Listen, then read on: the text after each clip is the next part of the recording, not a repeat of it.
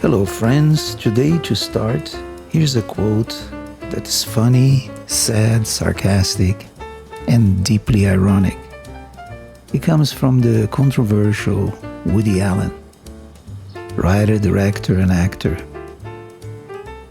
Regardless of his private life, which I can't really judge, I must acknowledge him as a brilliant comedian and artist. He once said, "I don't want to belong to any club that would have me as a member." I find very funny. This quote perfectly sets the tone for today's topic, the tension between group thinking and individual thinking.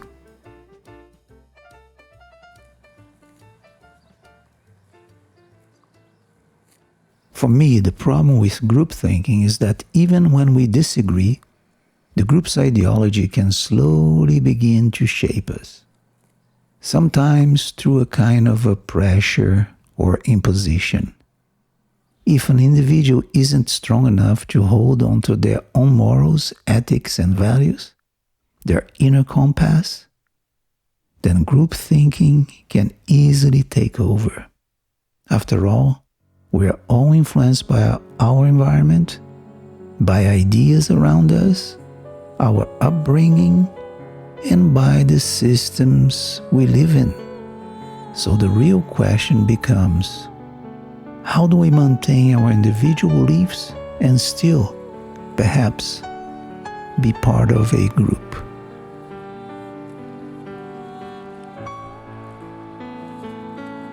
Even major corporations seem to understand this dynamic. Take Allianz, one of the world's largest insurance companies. The name itself implies something essential. Alliance, in order to survive, and to a certain extent, prosper. We depend on each other. We rely on human systems, and not only that, but also on natural systems. The weather, the seasons, the rhythms of life itself. So it's only natural that we form groups. From a survival standpoint, it makes sense. But the very thing that helps us survive can also become dangerous, destructive. Group thinking, has been at the root of some of the most destructive events in human history. Leaders like Hitler, Stalin, and Mao didn't act alone. They were empowered by massive waves of group thinking. People surrendered their individual judgment in favor of collective ideology. When critical thought is replaced by blind alliance, society can become terrifyingly dangerous. And I feel like sometimes the critical thinking gets mixed by a vague knowledge of history without deeper understanding of purpose.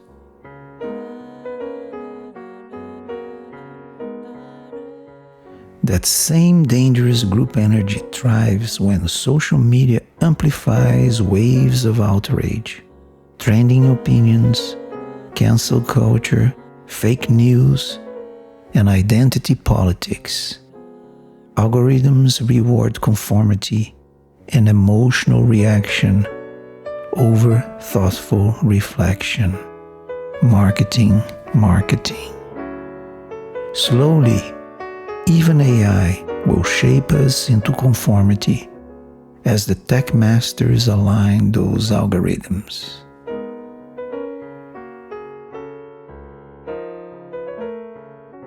I would like to mention that the footage of these lovely cows that I filmed is meant as a counterpoint to everything I've said, because in the end, these peaceful animals are essential to our existence and often more loving than people.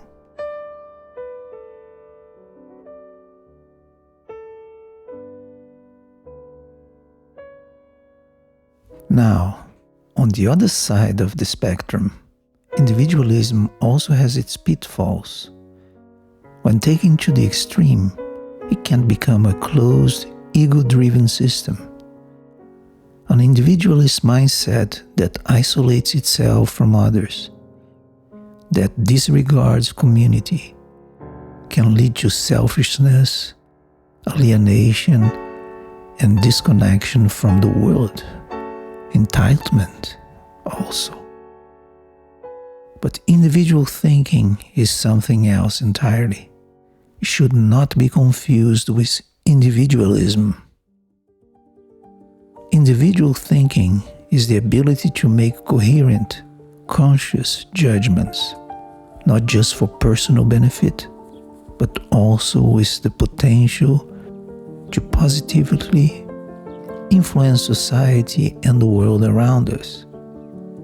It's about being aware, about not blindly conforming to the group or to the waves, to the current.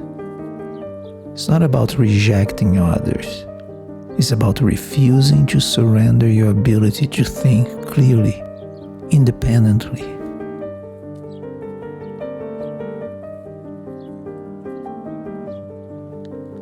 Through group thinking, we have created many extreme movements where most of the people involved haven't taken the time to reflect on the consequences of the group actions. They don't stop to question the motivations behind the collective voice they have joined. That's where the idea of alliance becomes critical. We often form alliances with many, but in service of the ideology of few. We must look deeper. We must question the purpose that might be hidden behind collective energy, because not all unity is honest, and not every shared cause is just. Let's take the government.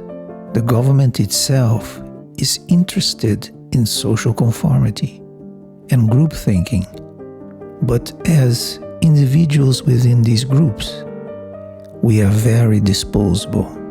We come and go because, in the end, the institution is more important than the individual.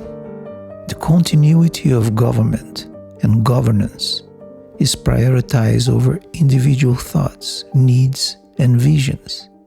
In fact, most of the time, the government works to keep itself in place. The big question is, how can the individual be part of the system without surrendering all their moral principles, ethics, and vision for a better future for themselves, their families, the community, and all the people on the planet? Changes don't come from group thinking. Most big changes come from individual thoughts. So, how do we as individuals keep that balance and awareness in place without trying to be a revolutionary or an outcast, but simply someone who measures and balances the moment, justice, truth, and vision? I want to highlight education and media literacy. Without these, we are vulnerable to manipulation and conformity, shaped by governments, algorithms, ideologies, even our parents. As we grow older, we must keep an eye on the social cycles we live in.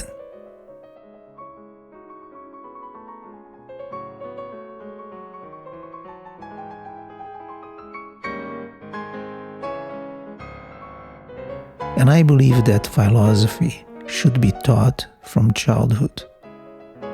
In our modern society, a lot of people look down on philosophy as just words and abstract thoughts. But philosophy is the foundation of society, morals, values, and individual thinking. Teaching philosophy early helps children ask better questions, not just memorize answers and conform. And that's where the real thinking begins. For example, look how social media is influencing relationships, manhood, women, men's role, marriages, divorces.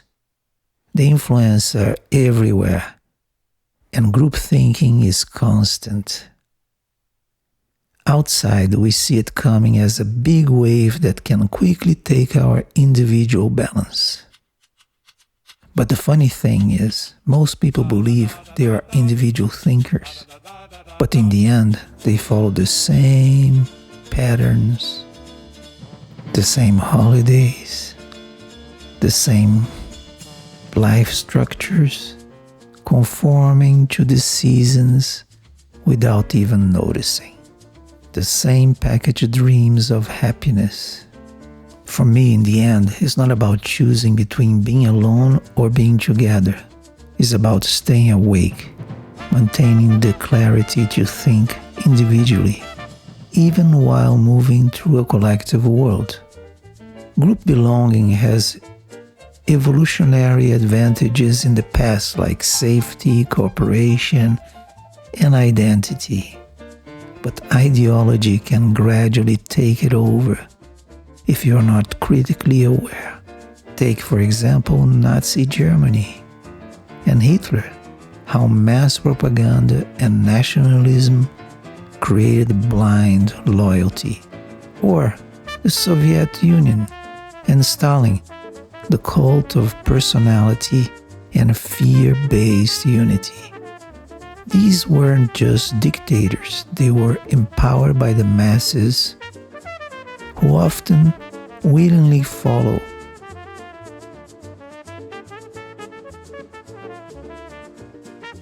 So my friend, I want to finish my TED Talk in a barn with a moo-moo and a nice smelly day for all of you. But hey, don't forget, we all need the milk from the cow. So, group thinking or individual thinking? When? What? Why? Have no fear.